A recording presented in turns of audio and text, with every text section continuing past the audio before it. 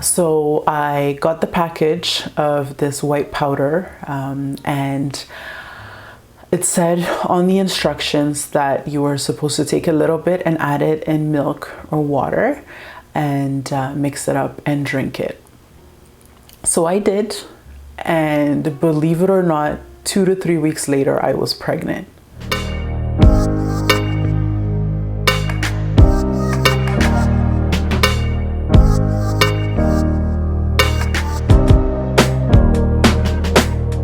Hello YouTube fam, how are you all doing?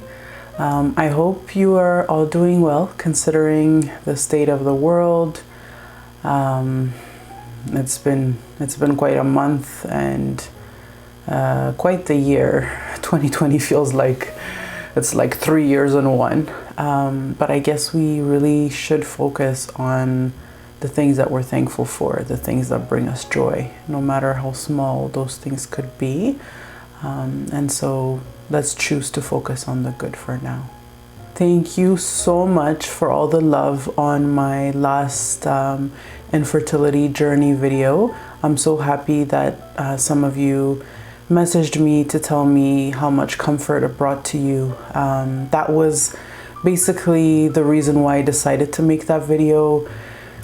It was quite an isolating experience to go through with our community, because nobody really talks about it, and so you feel alone. But yeah, so you know, the whole reason why I decided to make that video is so that someone that's going through it right now can feel like they're seen, like there's somebody out there that also went through the same thing. And so when you all reached out to me saying you're either going through it right now or that you went through it, I really appreciate that you took the time to listen to my journey, first of all, but also it really made me feel good for sharing something so vulnerably in our society, because I feel like my goal was reached, which was to make you feel seen. So I'm happy that it resonated with some of you. Today I am going to talk about the nutritional changes, the supplementational changes that we made during that journey. Again, all of our journeys are so different. The reason for infertility, the reasons could be so different. So me sharing this with you is not medical advice. It's not to tell you to try these things. I'm just sharing to give you some clues if you didn't think about certain things. So if you do decide to try these supplements, make sure that you speak to your doctor, especially if you have existing medical conditions, because supplements, like medications, can actually be contraindicated against each other or against other medications or health conditions. So make sure you vet it through your doctor. All right, so as I mentioned in the first video, I was mostly on a low carbohydrate diet during my infertility journey. And again, if you look back to the journey video, then you'll know that it wasn't to conceive. So it was not for fertility purposes. It was to lose weight. I've been yo-yoing through most of my life since I was a teenager. So I'm always trying to lose weight, and then I end up gaining it, and then I lose it. So that was my journey up until my pregnancy. And so for the 2 years prior to conceiving, I was mostly on a low carbohydrate diet because I had to lose weight for weddings, and not my wedding, but I was a bridesmaid for multiple weddings. And so that was the reason. But what I did notice in terms of my thyroid health or my thyroid condition was that once I was on a ketogenic diet for long term, I was able to go off my thyroid medication. It had really made an impact on my thyroid levels. I had lost about 40 pounds, so it could also be the weight loss.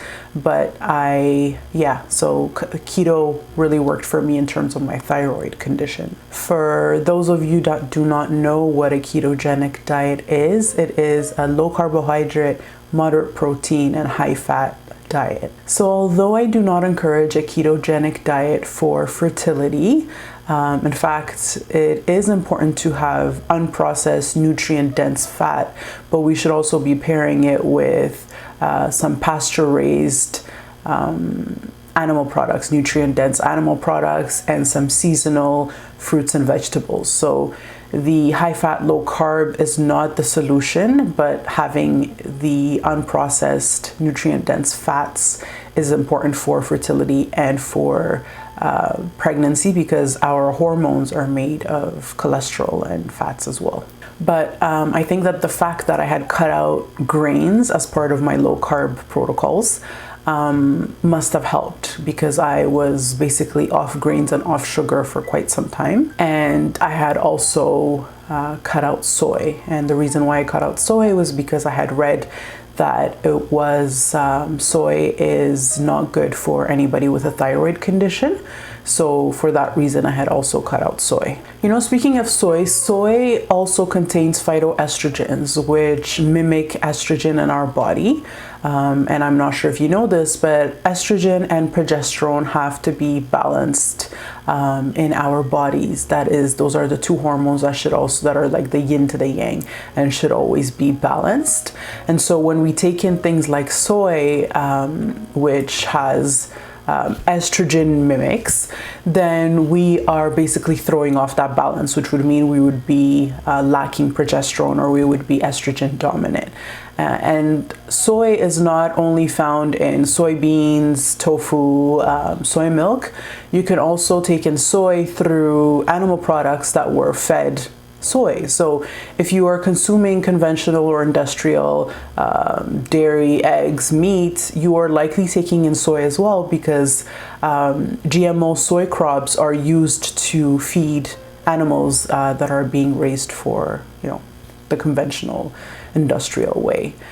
So the key to avoiding soy is not only avoiding specific soy products, but it's also avoiding animal products that are not pasture raised. And unfortunately, phytoestrogens are not our only problem when it comes to mimicking estrogen. There are various other compounds and chemicals that are found in household products, such as soaps, in different plastic, in our cookware. So these parabens, BPA, Teflon, all of these things also mimic estrogen. And so they do the exact same thing, where they throw off the balance and have us being deficient in progesterone. And why is that important? So why do we want progesterone? So progesterone is actually the fertility hormone. And why I say that is because we require progesterone for implantation to occur, and we also require progesterone for the implanted embryo to stay. So basically, if there's a drop in progesterone, then that is likely going to lead in a miscarriage. And so for that reason, progesterone is important in order to not only conceive, but to also carry a baby to term. For those with clinically low progesterone levels or estrogen dominance, their doctors usually prescribe them progesterone. I personally was not diagnosed with low progesterone or estrogen dominance, but seeing as we live in a world where we are basically exposed to all of these chemicals that I mentioned earlier in all of our household products, and I had a thyroid condition which is normally linked to estrogen dominance. For those reasons, I decided to look into foods and supplements that would help boost my progesterone levels. And I did that near the end of my pregnancy. It literally clicked, I guess, maybe in the last 6 months, of maybe even less, of me trying. And so this is why I decided to share that information with you today, because I believe it had an impact. So here are the supplements that I took to boost my progesterone levels so that my uterine lining could be thick enough to implant a fertilized egg, as well as to be able to carry a baby to term. So I took this up until, I believe I took it all the way through my first trimester, just to until my progesterone levels were naturally stabilized. So I also ate foods that were high in these vitamins. The majority of these vitamins and minerals were already present in my current diet, because I was eating a low carb diet, which included a lot of animal products and green leafy vegetables. But there were certain things that I added in order to ensure that these vitamins and minerals were also obtained through my diet. So I'll also go over those. So I started taking vitamin B6. Vitamin B6 helps the liver with the breakdown of estrogen byproducts. So this helps with lowering estrogen dominance. So for that reason, I was taking vitamin B6. B6 is found in various animal products and in salmon. So I decided to increase my intake of salmon. So I was eating salmon 2 to 3 times a week. I also started taking vitamin E. Vitamin E is important because it increases our blood flow. And the increase in blood flow helps the ovaries produce more progesterone. And so for vitamin E, I also started including more almonds in my diet. What I would do next time, now that I know better, is I would make sure that I sprouted or soaked the almonds and dehydrated them before I had them, because as you may have seen in my previous videos, when you eat things like nuts and grains and seeds, they have anti-nutrients in them that actually block the absorption of the vitamins and minerals in them. So by sprouting, soaking, and dehydrating nuts, we actually are able to extract more of the vitamins and minerals. So for that reason, I will do that next time, but I was just eating the nuts as is, as almond butter or almond flour when I was baking things. I also started taking magnesium. So magnesium, like vitamin B6, help with the breakdown of estrogen, and so that helps with estrogen dominance. And magnesium is found in leafy green vegetables, so I didn't have to change my diet because I was already eating plenty of leafy green vegetables. And I also started taking zinc supplements. Zinc is not only good for the immune system, as you're probably hearing at this time. Zinc also helps the release of FSH hormones, which are follicle stimulating hormones. So that is important for not only our eggs to mature for ovulation, but it also helps with our ovaries. It helps our ovaries raise the production of progesterone. So for that reason, I was taking zinc supplements. Zinc is available in red meat, and I was already eating plenty of red meat, so I didn't have to change my diet much for that. What I would do next time is I would make sure to include more liver in my diet. I did not like liver prior to my pregnancy, but during my pregnancy, because I had gotten into my nutrition program and I knew how important it was, I was taking liver capsules. So I could have done that when I was trying as well, but I didn't know back then. So now that I know better, I would make sure that I would also include liver in my diet. And lastly, I also took L-arginine, which is an amino acid. L-arginine is important because it increases blood flow, which again helps the ovaries produce more progesterone. And so I was taking the supplement, and I was also including, like I said previously, I was including more salmons and legumes in my diet because they are also high in L-arginine. So in addition to all of those vitamins and minerals that were specifically targeted for progesterone levels, I was also taking a prenatal vitamin with folate, as well as a probiotic for my gut health, and selenium for my thyroid. So these were all of the supplements that I was on when I conceived my baby. Now we can move on to the supplements that my husband was on. And my husband, I put him on a few supplements just to make sure that we had the best swimmers. And so I am going to go through that list with you.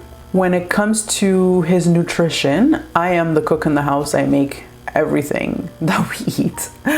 And so for the majority, we ate the same things, but because he was not low carb and he would not be able to not have his carbs because he loves his carbohydrates, I made sure that he always had some sort of carbs on the side. So rice, pasta, bread, potatoes, the typical carbs. So I would make sure that he had that. So he was definitely not low carb. All right, so let's go on to his supplements. So he started taking vitamin C, and vitamin C is good because it increases the sperm count, sperm motility, and morphology. So that's like the shape of the sperm. And vitamin C is actually freely available by eating vegetables and fruits such as sweet potato, tomato, broccoli, oranges, papayas, various things. And so we just included more of those vegetables and fruits in our diet as well. In addition, he also took L-arginine, which is an amino acid that I was also taking. And the reason why he was taking that is because L-arginine is good for sperm motility as well as sperm quality. And L-arginine, as I mentioned previously, is available in animal products and salmon and legumes. So we had included more of that in our diet as well. The other amino acid that he started supplementing was L-carnitine, and that is because it helps with sperm count and sperm motility. And we were already eating plenty of red meat, so he didn't really have to change his diet for that. Another supplement he was taking was folate. So folate is not only good for women, it's also important for men because it is required for DNA synthesis.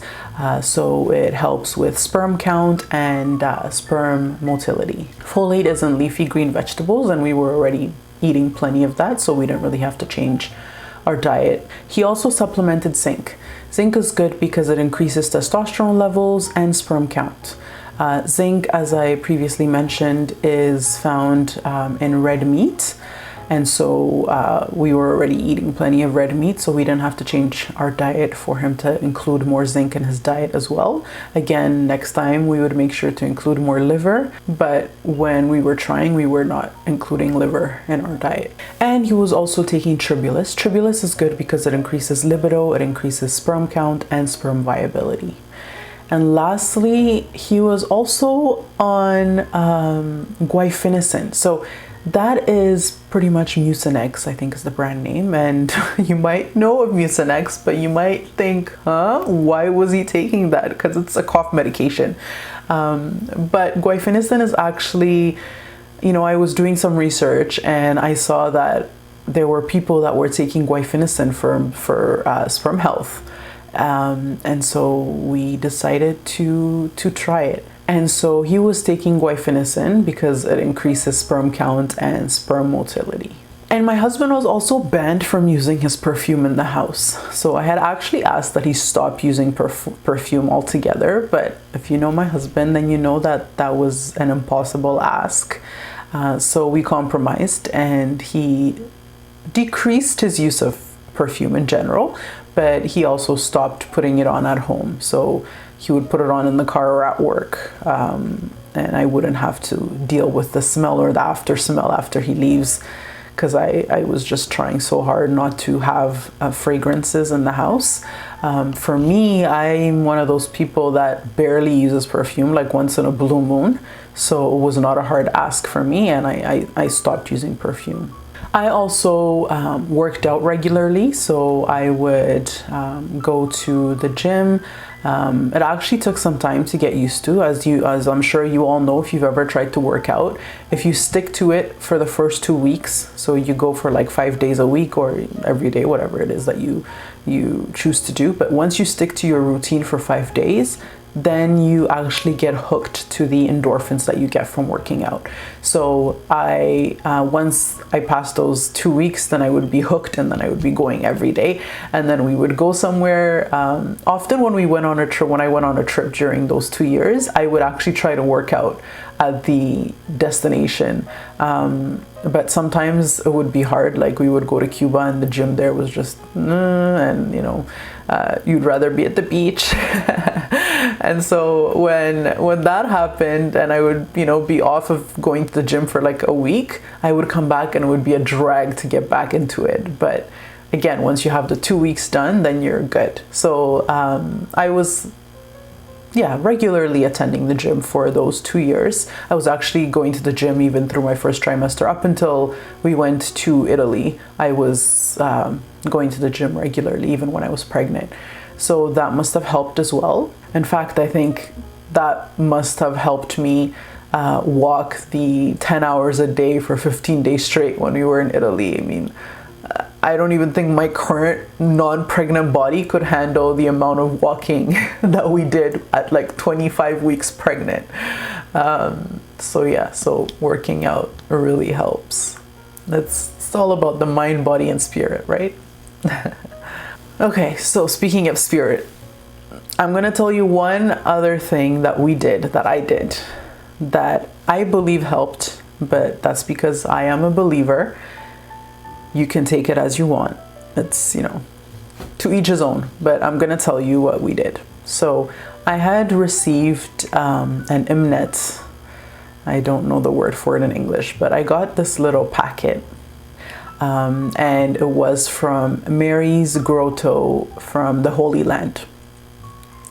Mary's Milk Grotto. So I'm not sure if you've heard of this, but it is a grotto where people that are struggling to conceive are going from all over the world to pray and to ask for a child. It is a grotto where it is believed that Mother Mary's milk dripped onto the grotto and turned it white. So it's a white grotto. This might sound very odd to someone who's never heard of this, but look it up. It's Mary's Milk Grotto. There's plenty of testimonials. So I got the package of this white powder, and it said on the instructions that you were supposed to take a little bit and add it in milk or water and mix it up and drink it. So I did, and believe it or not, 2 to 3 weeks later, I was pregnant. So I basically drank it around the time of my ovulation, so around the time we conceived, and found out 2 weeks later that I was pregnant. So again, take it as you want, but I'm just telling you what we did. And I can't pinpoint as to what exactly helped us conceive, but I believe it was everything combined. And it was everything combined with God's timing. So we might have done all of these things, a year, 2 years prior, and it might not have worked. God has his time for everything. But that is what worked for us. I really hope that you found this video helpful. And again, this is not any medical advice. I'm not telling you to follow this protocol per se, but I'm just telling you what worked for us, just to give you, some ideas. Like if you hadn't thought about progesterone levels, then maybe you want to go get that checked. But yeah, so it's just, just to give you our personal journey. So please let me know if you have any questions, and please give me suggestions as to what you would like to see in a future video. And of course, don't forget to subscribe. And if you know anybody going through this or who has gone through this, please make sure that you share this video with them. Actually, it's a bit, you don't want to be like, oh, I know you're going through this, if they haven't really spoken to you about it. So you can just share it in public, like on your Facebook feed, Instagram, wherever it is, and you never know who's going through it, since we don't talk about it in our community. So yes, please share. There's so many people out there who are struggling, and I just want them to know that it happens. They are not alone. And until I see you in my next video, have a wonderful day.